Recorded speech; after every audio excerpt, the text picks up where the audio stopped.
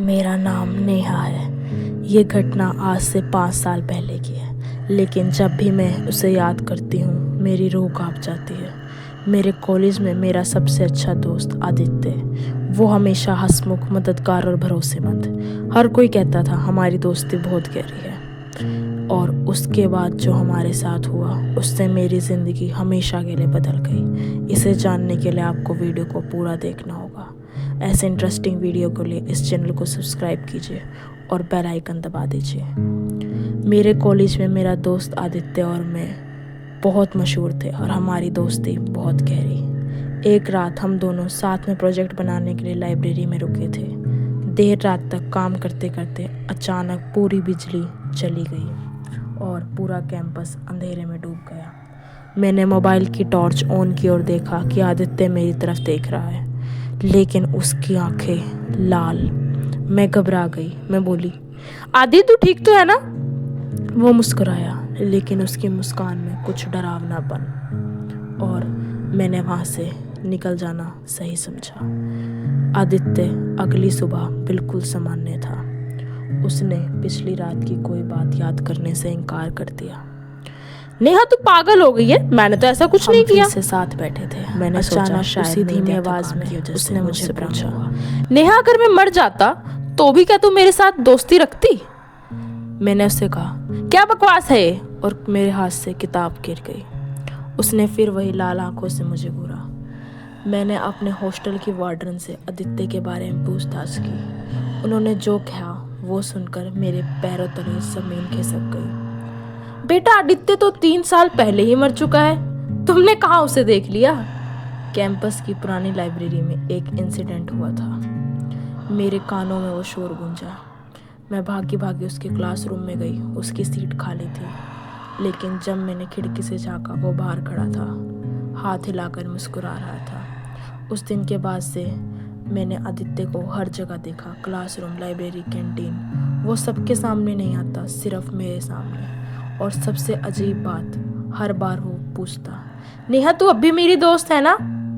आज भी जब मैं ये दास्तान सुन रही हूँ वो मेरी कुर्सी के पीछे ही खड़ा है। मुझे ऐसा एहसास है और उसकी सांसें मेरे कानों से टकरा रही हैं। ये दास्तान यही ख़त्म नहीं हुई। ज़रूर मेरा आदित्य के साथ पिछले जन्म का कोई तो रिश्ता है, लेकिन आगे बताने की हिम्मत मुझ में नहीं है। अजीब दास्तान कहानी का ये पार्ट अभी भी जारी है। मैं अब रात में सो भी नहीं पाती। उसे बार बार सपने में वही पुरानी लाइब्रेरी और आदित्य का खून से चना चेहरा दिखता है। अचानक वो नींद में चीख कर उठ जाती। नेहा सच जानने के लिए पुरानी लाइब्रेरी जाती है, जहाँ वीरान और धूल भरी किताबें। किताबों के बीच उसे आदित्य की एक नोटबुक मिलती है जिसमें लिखा है, नेहा तू ही मेरी आखिरी दोस्त है। नेहा हॉस्टल लौटते वक्त रास्ते में एक साधु से मिलती है। साधु कहता है, जिससे तू दोस्ती निभा रही है वो अब इस दुनिया का नहीं। नेहा कांप जाती है। रात को नेहा को कमरे में आदित्य दिखाई देता है। इस बार उसकी आंखों से खून बह रहा है। वो कहता है, नेहा मैंने कभी तुझे सच नहीं बताया। मेरी मौत हादसा नहीं, किसी ने मुझे मारने की साजिश की थी। नेहा नोटबुक को फिर पढ़ती है। उसमें कुछ पन्ने फटे हैं जिसमें आदित्य की मौत का राज छुपा है। उसे एहसास होता है कि आदित्य की मौत से जुड़ा कोई बहुत गहरा राज है। कैमरा धीरे धीरे नेहा के डर को चेहरे पर जूम करता है। जैसे ही नेहा सच जानने की कोशिश करती है, कैमरे की सारी लाइट्स बंद हो जाती हैं। खिड़कियां अपने आप खुल जाती है और हवा का तेज झोंका आता है। किताबें इधर उधर उड़ने लगती हैं। अचानक आदित्य की आवाज़ गूंजती है, नेहा अगर तू मेरा राज खोलेगी तो मैं तुझे कभी भी छोड़ूंगा नहीं। अगले दिन नेहा बेहद डरी हुई वो अपनी दोस्त रीना को ये सब बताती है। रीना उसे चेतावनी देती है, नेहा ये खेल बहुत खतरनाक है। शायद आदित्य तुझसे सिर्फ दोस्ती नहीं चाहता, कोई और राज छिपा है। रात का सन्नाटा। नेहा अकेले कमरे में बैठी है। अचानक शीशे में अपना चेहरा देखती है और साथ में पीछे आदित्य खड़ा है। धीरे धीरे उसका चेहरा नेहा के चेहरे पर चढ़ने लगता है। नेहा की आवाज़, शायद अभी दास्तान मेरी नहीं रही। और ये कहानी एक और ख़तरनाक मोड़ ले लेती है। नेहा सुबह उठती है, लेकिन शीशे में उसका चेहरा सिर्फ आधा नज़र आ रहा है और आधा आदित्य का, और उसकी आंखें लाल। वो घबराकर शीशा तोड़ देती है। नेहा की दोस्त रीना उसे लाइब्रेरी के पुराने रिकॉर्ड दिखाती है। उसमें लिखा है आदित्य की मौत एक्सीडेंट नहीं बल्कि लाइब्रेरी की ऊंचाई से धक्का देकर गिराया गया। शक उस कॉलेज में से ही किसी पर है। रात में नेहा और रीना कॉलेज के कॉरिडोर में एंट्री करते हैं। अचानक दीवारों पर खून से लिखा दिखाई देता है, मेरा कातिल अभी जिंदा है, बदला ले। रीना चीख उठती है। आदित्य की आत्मा नेहा पर और आवी होने लगती है। उसका शरीर कांपने लगता है और आवाज़ें बदल जाती हैं। आधी रात को उसकी आंखें लाल होकर आदित्य का चेहरा दिखाने लगती है। रीना डर कर पीछे हो जाती है। नेहा और रीना एक प्रोफेसर पर शक को जताते हुए उसके ऑफिस में जाती हैं।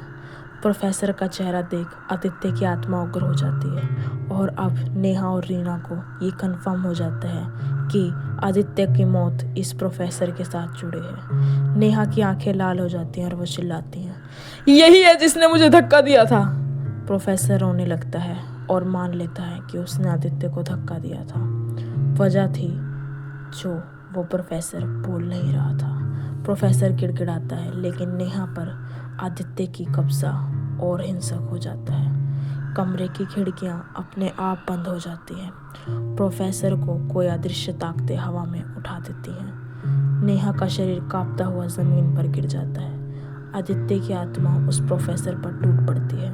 प्रोफेसर चीखता है और उसकी गर्दन अपने आप मरोड़कर टूट जाती है। नेहा होश में आती है, लेकिन उसका शरीर आधा है, आधा नेहा का, आधा आदित्य का। नेहा की आवाज़ गूंजती है, अब ये दास्तान सिर्फ मेरी नहीं, मैं और आदित्य एक हैं। और ये कहानी का पार्ट यहीं ख़त्म नहीं होता। अभी भी एक राज छिपा है जो कि आगे आपको पता चलेगा। उस रात का राज किसी को नहीं पता चलता कि उस प्रोफेसर को किसने मारा। कॉलेज में सब सामान्य लगने लगता है, पर अभी एक राज बाकी है। नेहा आईने में खुद को देखती है। उसका चेहरा कभी नेहा कभी आदित्य। उसकी आवाज़ भी बदल रही है। नेहा डरते हुए कहती है, मैं नहीं हूँ ये। और उसके अंदर से आदित्य की आवाज़ आती है, ये हम हैं। कॉलेज के छात्र नोटिस करने लगते हैं कि नेहा का व्यवहार अब अजीब होने लगा है। कभी वो सामान्य रहती है और कभी अचानक से लाल आंखों के साथ सबको घूरने लगती है। कैंटीन में बैठे छात्रों में डर और फुसफुसाहट। रीना नेहा को समझाने की कोशिश करती है, नेहा तू लड़, आदित्य को अपने ऊपर हावी मत होने दे।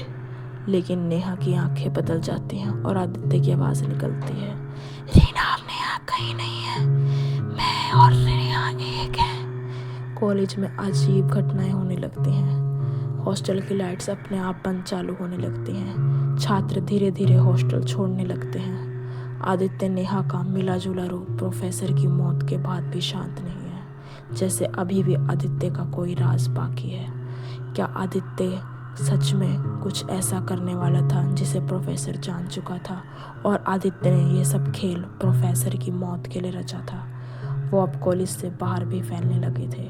आदित्य की आत्मा कहती है, मैं तब तक चैन से नहीं बैठूंगा जब तक मेरा सच सामने नहीं आएगा। रीना एक पंडित से मिलती है और उसे सारी कहानी बताती है। आई होप गाइस आपको इस स्टोरी में मज़ा आ रहा होगा। Do like, share and subscribe this channel. Neha को बचाने का कोई तरीका बताइए पंडित जी। आत्मा का बंधन तोड़ना होगा और इस कहानी के पार्ट 2 में आपको पता चले।